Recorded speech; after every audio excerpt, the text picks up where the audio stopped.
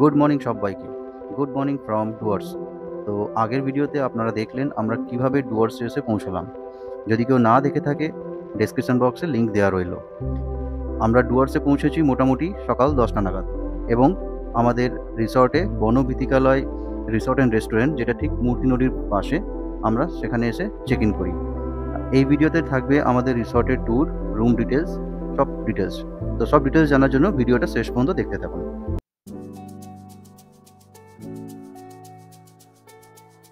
রিসর্টে পৌঁছে check in করে ফ্রেশ হয়ে আমরা চলে এলাম ব্রেকফাস্ট করতে। ব্রেকফাস্টে আমরা নিয়েছিলাম পুরি সবজি এবং আলু পরোটা। বলতে হবে খাবারের গুণমান যথেষ্ট ভালো। এবং ব্রেকফাস্ট করার পর আমরা বেরিয়ে পড়লাম আশেপাশে চারিপাশটা একটু ঘুরে বেড়াতে। We are in Gorumara. সবাই বেরিয়ে পড়েছে এখন নদীতে।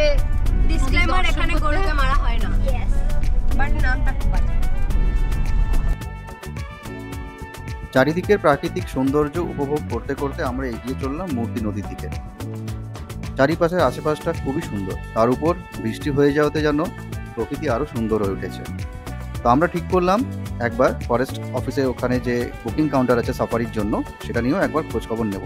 কিন্তু গিয়ে জানতে পারলাম বৃহস্পতিবার দিন অফিস বন্ধ থাকে।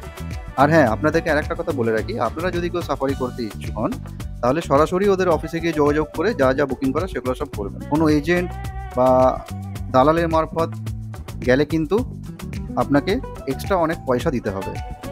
তা আমরা ওখানে গিয়ে যেটা জানলাম, অনলাইন বুকিং এখন বন্ধ আছে, অনলাইন বুকিং করা যায় না। এবং আপনার যেটা এখন শুধুমাত্র দিতে হয় সেটা হচ্ছে শুধু জিপসির যা রেট সেটা দিতে হয়, এবং পার হেড একটা নমিনাল একটা চার্জ এবং গাইড চার্জ হিসেবে একটা সামান্য কিছু নমিনাল ফিস দিতে হয়। কী লেগেছিল না লেগেছিল সবই ডিসক্রিপশন বক্সে দেওয়া থাকবে।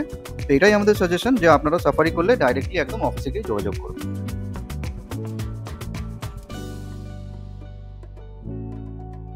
মূর্তি নদীর চারিপাশটা প্রাকৃতিক সৌন্দর্য অসাধারণ। তা আমরা খানিকক্ষণ ওখানে সময় কাটিয়ে কিছু ফটো সেশন করে আবার ফিরে এলাম আমাদের রিসর্টে সুইমিং পুলে দাপাদাপি করতে।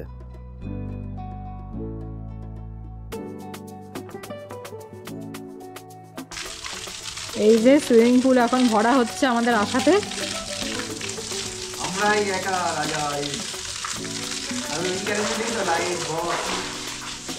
এখানে লাইটস আছে, পুল পার্টির জন্য সব রকম ব্যবস্থা করা আছে। রিসর্টের সুইমিং পুলে আমরা প্রায় ঘন্টা দুয়েক এনজয় করলাম। আর হ্যাঁ, আপনারা চাইলে এখানে পুল পার্টিও করতে পারবেন, সেসব কিছুর অ্যারেঞ্জমেন্টেরও ব্যবস্থা আছে এবং সব জিনিসই কিন্তু একদম ফ্রি, তার জন্য কোনো এক্সট্রা কিছু আপনাকে দিতে হবে না। রুমে ফিরে ফ্রেশ হয়ে আমরা চলে এলাম নিজের রেস্টুরেন্টে লাঞ্চ করতে। লাঞ্চের জন্য আমরা রিসর্টে পৌঁছে অর্ডার দিয়ে দিয়েছিলাম। আজকে লাঞ্চে আমরা নিয়েছিলাম ভাত, ডাল, মিক্সড ভেজ, আলু ভাজা, স্যালাড, চিকেন কারি এবং এগ কারি। এবং আগেই বলেছিলাম খাবারের গুণমান কিন্তু এখানে যথেষ্ট ভালো। ডুয়ার্সে আমরা স্টে করেছিলাম মূর্তি নদীর ঠিক পাশে বনভীতিকালয় রিসর্টস অ্যান্ড রেস্টুরেন্টে। রিসর্টটি একদমই রাস্তার ওপরে এবং এনাদের রুম ক্যাটাগরি বলতে ডিলাক্স, সুপার ডিলাক্স এবং কটেজ অ্যাভেলেবেল আছে। তার সাথে রিসর্টে সুইমিং পুল আছে এবং অ্যাম্পল পার্কিং স্পেস। এছাড়াও আপনারা যদি চান এখানে বনফায়ার, বারবিকিউ এইসবেরও ব্যবস্থা এনারা বললে করে দেয়। আমরা পৌঁছে গেলাম হোটেলে। এটা হলো দরজা। এখানে আছে টিভি, বাট আমরা ওটা দেখবো না, অনেকগুলো অ্যাক্টিভিটিস আছে করার। টেবিল, চেয়ার, বেড, আর এখানে লাইটস আছে, পেন্টিং, তারপর এখানে ড্রয়ার্স আছে,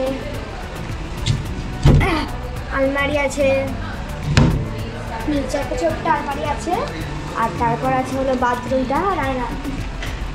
আর তারপর হলো বাথরুমটাতে এটা বাথরুমের সুইচ, বাথরুমের আয়না, বাথরুমের বেসিন, সব গিজার আর শাওয়ার আছে।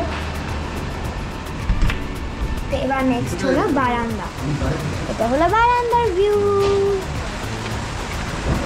এখানে গেমস আছে, এটা ওখানে ফুল আছে, ব্লু ব্লুটা দেখতে পাচ্ছ। এটা হলো আমাদের নেক্সন, নিচে ব্ল্যাক ব্ল্যাক। এটা হলো পুরো আর এটা হলো আবার দিয়ে ভয় পাইয়ে দিয়েছে। আর এটা হলো এন্ট্রেন্স।